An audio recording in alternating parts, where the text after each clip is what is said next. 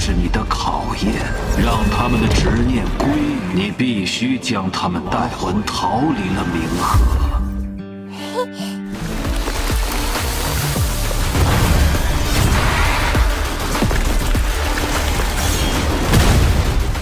Alright guys, balik lagi sama Ketua Sekte. Gimana kabar teman-teman semuanya? Baik-baik aja ya kan? Nah, di video kali ini kita akan kembali melanjutkan pembahasan alur cerita Donghua Throne of Steel episode 193 guys ya.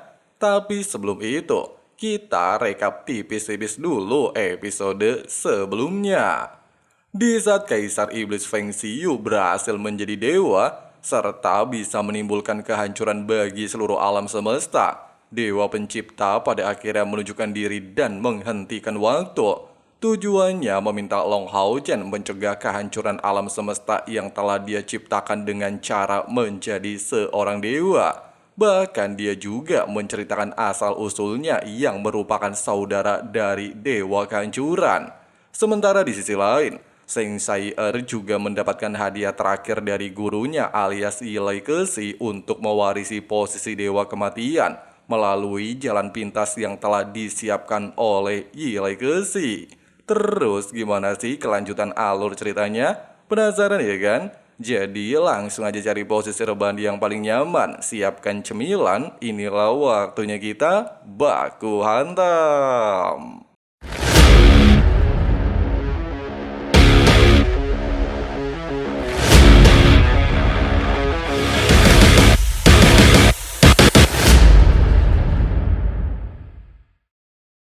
Dalam legenda benua Sengmo, setiap kematian akan menuju sungai kegelapan. Setiap tetes air di dalamnya terbentuk dari jiwa yang telah mati, merupakan tujuan akhir semua makhluk hidup dan bisa dianggap sebagai kerajaan Dewa Kematian. Di tempat ini, Seng Sai-er bertemu dengan Dewa Kematian yang terlihat sangat puas memiliki pewaris seperti dirinya. Bahkan dia berniat menjadikan Sai-er sebagai penguasa di Sungai Kegelapan, menguasai miliaran jiwa dan menjadi Dewa Kematian yang baru. Desa Seng Sai-er bingung kenapa sikap Dewa Kematian tiba-tiba berubah menjadi murah hati dan tidak seperti di masa lalu. Dewa Kematian lantas menegaskan, dibandingkan dengan dewa lainnya, pewarisannya memanglah sangat kejam. Itulah yang menjadi alasan kenapa dulu Seng Sai-er harus kehilangan seluruh inderanya, sehingga dia bisa menanggung obsesi dan penyesalan tak terhitung jumlahnya dari para jiwa di dalam Sungai Kegelapan. Dewa Kematian menjelaskan, seluruh jiwa yang telah mati di seluruh dunia akan masuk ke dalam Sungai Kegelapan untuk membersihkan obsesi, kemudian barulah bisa menuju alam kematian. Sementara tugas Dewa Kematian adalah membawa jiwa mati ke tempat ini. Namun selama bertahun-tahun, ada 5 jiwa berdosa yang berhasil melarikan diri. Sedangkan tugas Seng Sai-er membawa kelima jiwa kembali ke dalam Sungai Kegelapan untuk disucikan. Setelah mengatakan hal tersebut, Dewa Kematian memberikan kontrak Sungai Kegelapan untuk menemukan lokasi kelima jiwa berdosa dengan batas waktu tertentu. Jika berhasil, Sai-er akan langsung menjadi Dewa Kematian. Tapi jika gagal, Sai-er tidak akan pernah lagi bisa mewarisi posisinya. Di ujian pertama, Sai-er harus membawa benih kejahatan para dewa yang melambangkan pembantaian dan kematian. Terkenal sadis dalam hal melakukan kejahatan. Bahkan ketika berhadapan dengan makhluk tersebut, Sai-er langsung bisa merasakan tubuhnya penuh kejahatan dan kebencian, sehingga membuat Sai-er berniat untuk membalaskan dendam orang-orang yang dia bunuh sebanyak 100 kali lipat. Tepat ketika si Udin melepaskan teknik kesenangan kematian, Sai-er bisa merasakan kekuatannya setara dengan 15 pilar Dewa Iblis teratas.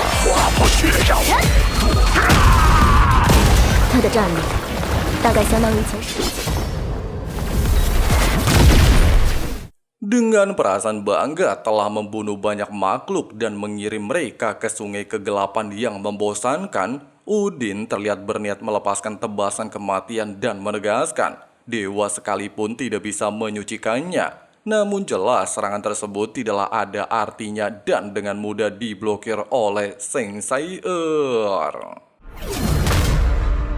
Sambil menegaskan makhluk seperti Udin memang tidak pantas disucikan dan hanya pantas untuk mati, Seng Sai'er lantas menggunakan domain sungai kegelapan untuk menghabisinya. 不配。去和那些被你杀死的人说吧。 Sebelum benar-benar mati, Udin mengatakan menjadi dewa kematian tidaklah akan mudah. Bahkan dirinya merupakan dosa dari dewa kematian itu sendiri. Meskipun perkataan Udin membuat CR bertanya-tanya, namun dia tetaplah melanjutkan satu persatu ujian.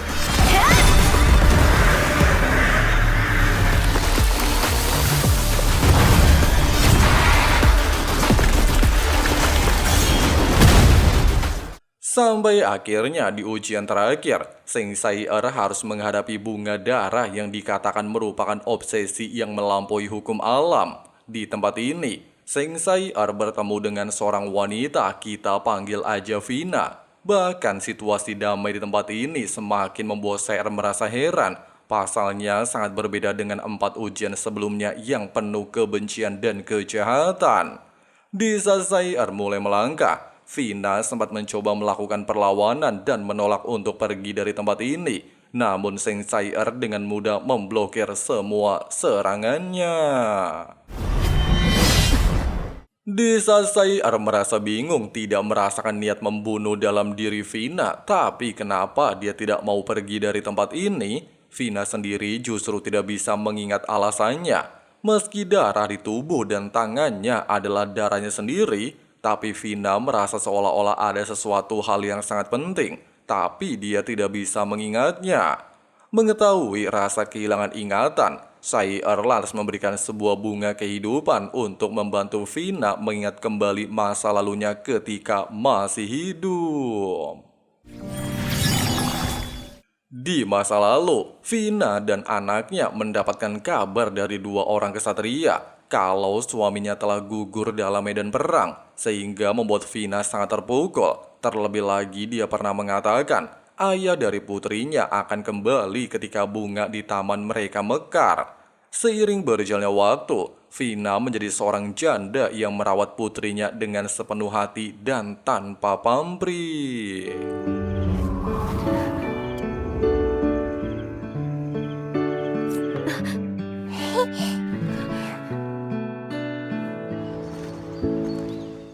Tepat ketika bunga di taman mereka layu, Vina lantas menjahitnya menjadi bunga permanen, sehingga tidak akan pernah layu demi menghibur putri semata wayangnya.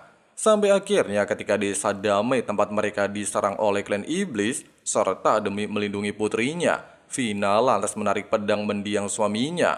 Meskipun berhasil membunuh salah satu iblis, namun menyadari anaknya diculik, Vina secara nekat lantas mencoba menolongnya. Tapi naas hal itu membuatnya tewas.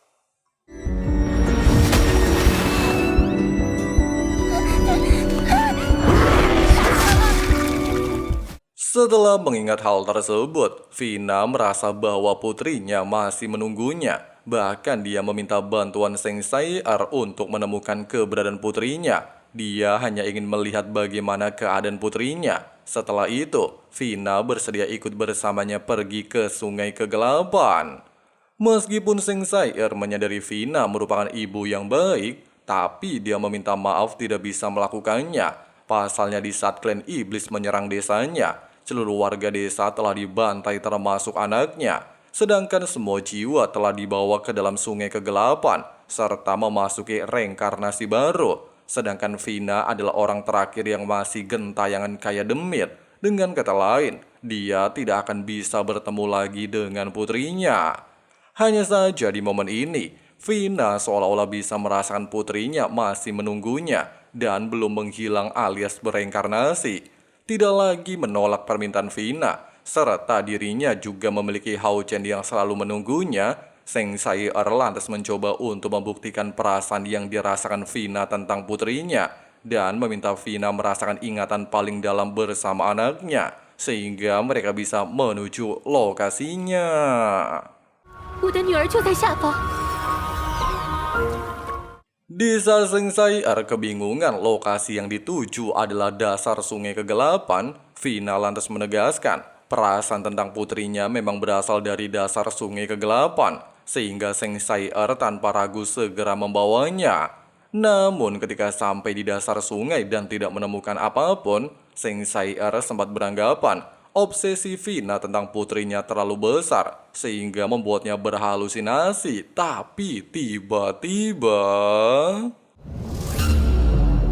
fakta tersebut jelas membuat Sai-er kebingungan. Pasalnya semua jiwa seharusnya sudah direinkarnasi oleh sungai kegelapan. Tapi kenapa masih ada anak Vina? Bahkan menurut perkataan Dewa Kematian sebelumnya, seluruh jiwa akan dibersihkan dari obsesi, kemudian barulah bereinkarnasi. Namun belum mendapatkan jawaban, Seng Sai-er lantas membawa Vina untuk menemui putrinya, sehingga mereka bisa melepaskan kerinduan dan obsesi masing-masing. Di saat Sai-er benar-benar bingung si bocil belum bereinkarnasi, Vina lantas meminta maaf telah menjadi ibu yang tidak berguna, bahkan membuat anaknya menunggu sampai saat ini dan tidak bisa menemuinya lebih cepat. Tepat ketika si bocil menegaskan semua orang di tempat ini sudah dimakan oleh sungai kegelapan, hal itu membuat Sai-er menyadari satu hal, di mana sungai kegelapan tidak membawa para jiwa bereinkarnasi, melainkan justru memenjarakan mereka. Dan tiba-tiba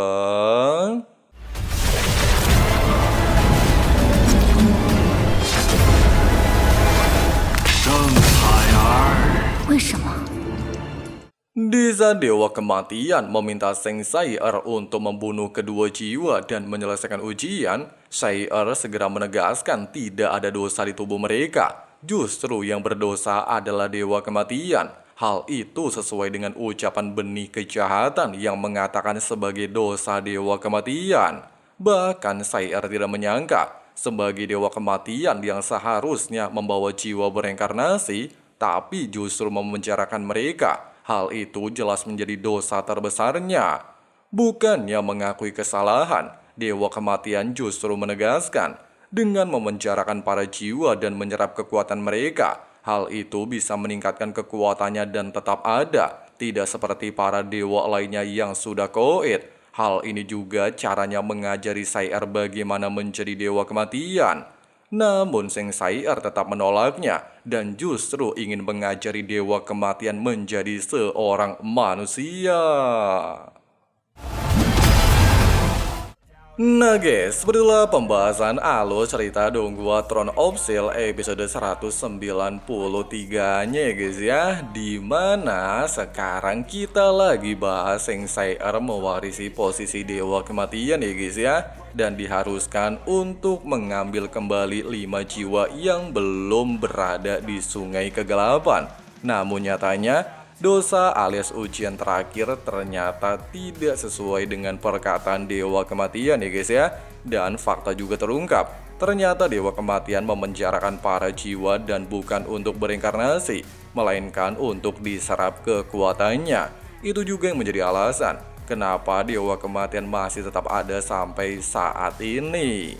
Oke lah guys, makasih banyak banget buat teman-teman yang udah nonton sampai habis. Di sini Abang Frengsi Ketua Sekte undur diri dulu. See you and bye. Yeah, we all wanna be free. So show me what you got, what you bring, how you fight in the ring, how you take a fucking swing. Do you got heart? Are you mean? Got some scars, got some needs. Are you willing to go bleed? I swear to God they all let me down. I always fought just to wear the crown. I'm off at these fucking clowns who were all taught they deserve an ounce. It's only worth it if you work for it. It's only worth it if you work for it. I won't stop till they hear me now. I won't stop till I wear the crown.